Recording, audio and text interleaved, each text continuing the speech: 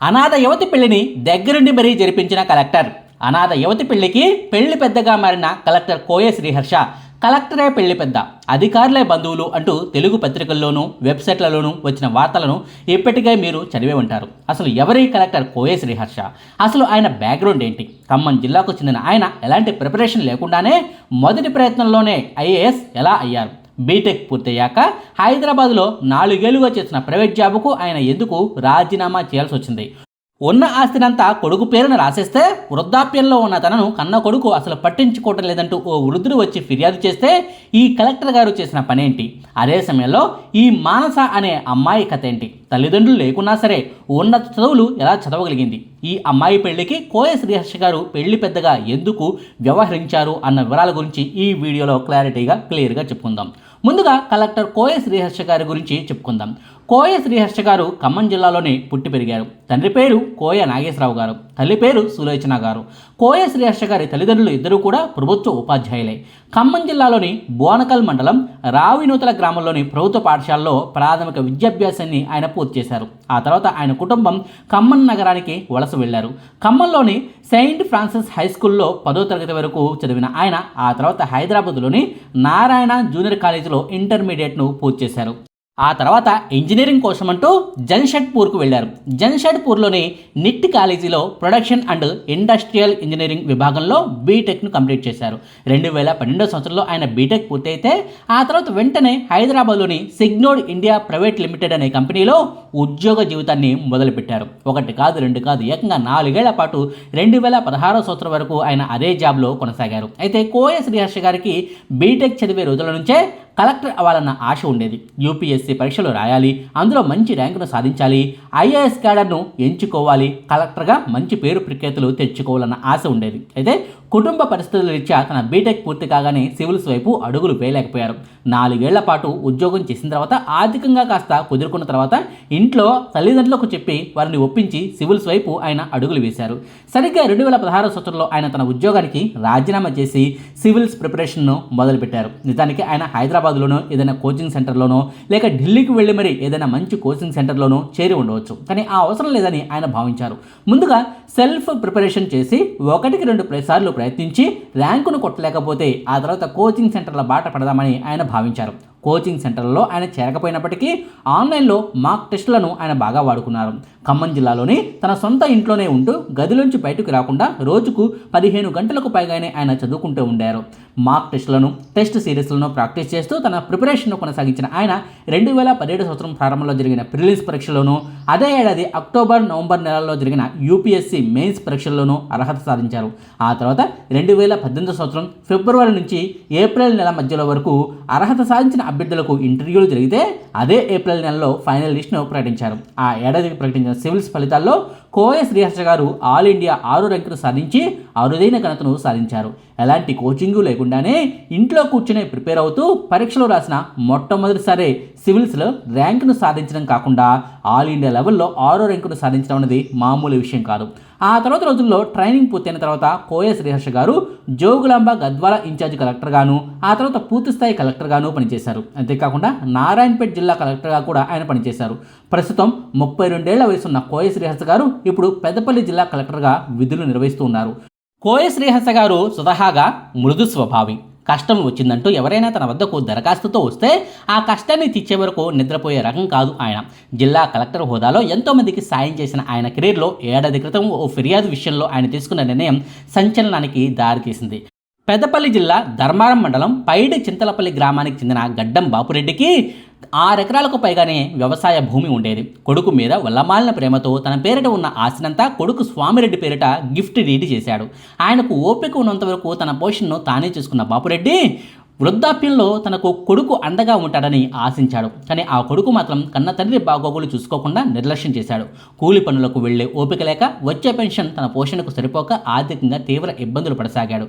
భార్య బ్రతికి ఉన్నంతకాలం తనకు ఏ కష్టమూ రాకుండా చూసుకుందని, ఆమె చనిపోయిన తర్వాత తన పరిస్థితి మరింత దారుణంగా మారిపోయిందంటూ వాపోయేవాడు.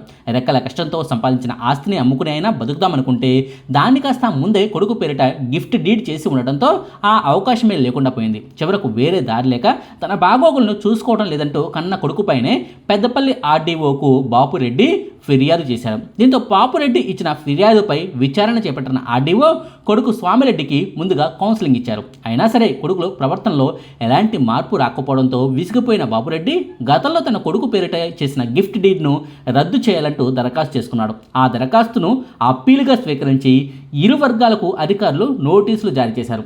ఇద్దరిని పిలిచి కలెక్టర్ కార్యాలయంలో విచారణ జరిపారు. ఆర్డీఓ ఉత్తర్వుల అమలులో స్వామిరెడ్డి నిర్లక్ష్యం వహించినట్టు పెద్దపల్లి కలెక్టర్ కోయం శ్రీహర్ష గారు నిర్ధారించారు.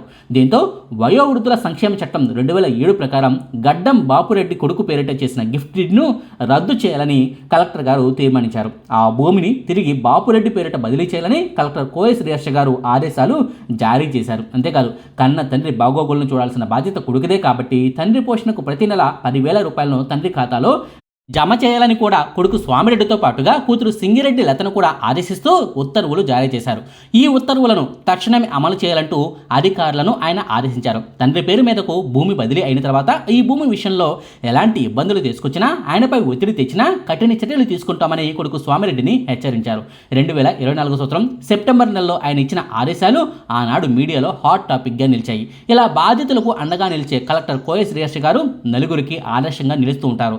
ఆయన భార్య విజయ్ గారు గర్భం దాల్చితే పెద్ద పెద్ద కార్పొరేట్ ఆసుపత్రుల్లో చూపించుకోగల ఆర్థిక స్తోమత ఉన్నా సరే గోదావరి ఖనిలోని ప్రభుత్వ జనరల్ ఆసుపత్రిలోనే ప్రతి నెల భార్యకు చెకప్ చేయించేవారు. అంతేకాదు అదే ప్రభుత్వ ఆసుపత్రిలో ఈ ఏడాది ఏప్రిల్ నెలాఖరులో కలెక్టర్ కోయం శ్రీహర్ష గారి భార్య విజయ్ గారు పన్నంటి మగబిడ్డకు జన్మించారు. ప్రభుత్వ ఆసుపత్రుల్లో మెరుగైన వైద్య సేవలు లభిస్తున్నాయన్న విషయాన్ని ఈ ఘటన ద్వారా తెలియజేయడమే కాకుండా నలుగురికి ఆయన ఆదర్శంగా నిలిచిన తీరు పట్ల హర్షాతిరేకాలు వ్యక్తమయ్యాయి. అయితే ఈ క్రమంలోనే పెద్దపల్లి జిల్లా కలెక్టర్ కోయం శ్రీహర్ష గారి వద్దకు ఓ ప్రపోజల్ వచ్చింది. చిన్నతనంలోనే తల్లిదండ్రులు కోల్పోయిన ఓ అమ్మాయికి పెళ్లి నిశ్చయమైంది. మీలాంటి వారు ఆ పెళ్లికి హాజరైతే బాగుంటుందంటూ రిక్వెస్ట్ వస్తే ఆ అమ్మాయి కథంతా విన్న తర్వాత నేను అతిథిగా రావడం కాదు పెళ్లి పెద్దగా ముందుండి ఆమె పెళ్లిని జరిపిస్తానంటూ కోయం శ్రీహర్ష గారు ముందుకొచ్చారు. మానస, లక్ష్మి అనే ఇద్దరు అక్కాచెల్లెలు 16 ఏళ్ల క్రితమే తల్లిదండ్రులను కోల్పోయారు. చిన్నతనంలోనే తల్లిదండ్రులు చనిపోవడంతో అనాథలుగా మారిన ఆ అమ్మాయిల సంరక్షణ కోసమంటూ వారిని రామగుండంలోని తబితా ఆశ్రమంలో చేర్పించారు. వీరేందర్ నాయక్, విమలా దంపతులే తబితా చైల్డ్ కేర్ ఇన్స్టిట్యూట్ను నిర్వహిస్తూ ఉన్నారు. అందరినీ కోల్పోయి తమ వద్దకు వచ్చిన పిల్లలకు తల్లిదండ్రులు లేని లోటు తెలియకుండా పెంచుతూ దాతలు ఇచ్చే విరాళాల ద్వారా వారిని చదివిస్తూ పెంచి పెద్ద చేస్తున్నారు. ఈ క్రమంలోనే 16 ఏళ్ల క్రితమే మానస తన చెల్లి లక్ష్మితో కలిసి వారి వద్దకు చేరారు. 5వ తరగతి వరకు స్థానిక ప్రైవేట్ స్కూల్లో చదివిన మానస ఆ తర్వాత 6వ తరగతి నుంచి 10వ తరగతి వరకు మేడారం గురుకుల విద్యాలయంలో చదివింది. 10వ తరగతిలో 9.8 జీపీఏను తెచ్చుకుని ఎల్లంపల్లి కేజీబీవీలో ఇంటర్మీడియట్లో ఎంపీసీ గ్రూప్లో 895 మార్కులను తెచ్చుకుంది. ఆ తర్వాత కరీంనగర్లోని వాగేశ్వరి డిగ్రీ కాలేజీలో బీఎస్సీ మ్యాథ్స్లో ఫస్ట్ క్లాస్లో పాస్ అయింది. చదువులో ఎప్పుడూ ముందుండే మానస అంటే ఆశ్రమ నిర్వాహకులు విమల, వీరేందర్ నాయకులకు ఎంతో ఇష్టం. నాకు ఊహ తెలిసిన వయసు నుంచి విమల, వీరేందర్ నాయకులే మా అమ్మా నాన్న అని నాకు తెలుసు. ఆశ్రమ నిర్వాహకులుగా కంటే కూడా ఆ అమ్మా నాన్నగానే నేను వారిని భావిస్తాను. నా కష్టసుఖాలను వారితో పంచుకుంటాను, చదువుకుంటాను అని నేను అడగగానే వాళ్ళు ఎన్ని కష్టాలు పడుతున్నా నన్ను చదివించారు. నా చెల్లినే కాదు ఇక్కడ ఉన్న వాళ్ళందరినీ కూడా చదివిస్తున్నారు. ఎన్ని జన్మలెత్తినా వారి రుణాన్ని తీర్చుకోలేను. ఇప్పుడు కూడా వాళ్లే నా పెళ్లిని నిశ్చయించి నాకు జీవితాన్ని, నా కుటుంబాన్ని అందిస్తున్నారు అంటూ మానస చెప్పుకొచ్చింది. ఆశ్రమ నిర్వాహకుడు వీరేందర్ నాయక్ గారికి మాస యాకయ్య గారు బాగా తెలుసు. ఆయన ఒక్కగానొక్క కొడుకు రాజేష్కు పెళ్లి సంబంధాలు చూస్తున్నారని వీరేందర్ నాయక్ గారికి తెలిసింది. అబ్బాయిని కూడా పలుమార్లు చూసిన వీరేందర్ నాయక్ గారికి మానసకు సరైన జోడు అనిపించింది. తన మనసులోని మాటను యాకయ్య గారికి చెప్తే ఒక క్షణం కూడా ఆలోచించకుండా అబ్బాయికి అమ్మాయి, అమ్మాయికి అబ్బాయి నచ్చితే కనుక, వారిద్దరూ ఇష్టపడితే కనుక ఆ అమ్మాయిని నా ఇంటి కోడలుగా తెచ్చుకునేందుకు ఏమాత్రం అభ్యంతరం లేదంటూ చెప్పుకొచ్చారు. ఒకానొక శుభదినాన్న మానసను, రాజేష్ను ఒక్కచోట చేర్చి మాట్లాడించారు. వారిద్దరూ కూడా ఒకరినొకరు ఇష్టపడ్డారని గ్రహించి ఇద్దరికి పెళ్లి చేయడానికి సిద్ధమయ్యారు. అయితే ఆశ్రమాల్లో పెరిగిన అమ్మాయిల పిల్లలను ఉన్నతాధికారులకు చెప్పే చేయాల్సి ఉంటుంది. ఈ క్రమంలోనే కలెక్టర్ కోయం శ్రీహర్ష గారికి విషయాన్నంతా వివరించారు. తల్లిదండ్రులు లేకున్నా కుంగిపోకుండా డిగ్రీ వరకు మంచి మార్కులతో చదివిన మానసపై అభినందనల వర్షాన్ని కురిపించిన కలెక్టర్ గారు వారిద్దరి పెళ్లికి అతిథిలా హాజరు కాకుండా ఆ పెళ్లి పెద్దగా వ్యవహరించేందుకు సిద్ధమయ్యారు. 2025 సంవత్సరం మే నెల 21వ తారీఖున బుధవారం ఉదయం 11:05 పెద్దపల్లి కలెక్టరేట్లోని శ్రీ వెంకటేశ్వర కళ్యాణ మండపంలో మానస, రాజేష్ల పెళ్లి అత్యంత ఘనంగా జరిగింది. కలెక్టర్ కోయం శ్రీహర్ష గారే కాకుండా ఎమ్మెల్యే విజయ రమణారావు గారు, అదనపు కలెక్టర్ దాసరి వేణు గారు, డీసీపీ కరుణాకర్ గారు, జిల్లా సంక్షేమాధికారి వేణుగోపాల్ గారు, టీఎన్జీఓ జిల్లా అధ్యక్షుడు బొంకూరు శంకర్ గారు ఇతర జిల్లా అధికారుల సమక్షంలో ఆశ్రమ నిర్వాహకులైన వీరేందర్ నాయక్, విమలా గారుల చేతుల మీదుగా జరిగిన పెళ్లితో మానస, రాజేష్ దంపతులు కొత్త జీవితాన్ని స్టార్ట్ చేశారు. పిల్లా పాపలతో ఈ జంట కలకాలం హ్యాపీగా ఉండాలని ఈ కొత్త ముచ్చట మనస్ఫూర్తిగా కోరుకుంటోంది, ఆశీర్వదిస్తోంది. ఇదండి కలెక్టర్ కోయ శ్రీహర్ష గారి బ్యాక్గ్రౌండ్ గురించిన వివరాలు, అలాగే మానస, రాజేష్ల పెళ్లి వెనుక జరిగిన కథకు సంబంధించిన సమాచారం. మీకు ఈ వీడియో నచ్చితే లైక్ చేయండి, షేర్ చేయండి. మరిన్ని ఆసక్తికరమైన వీడియోల కోసం మా కొత్త ముచ్చట ఛానల్ను సబ్స్క్రైబ్ చేయడం మాత్రం మర్చిపోకండి. Thank you.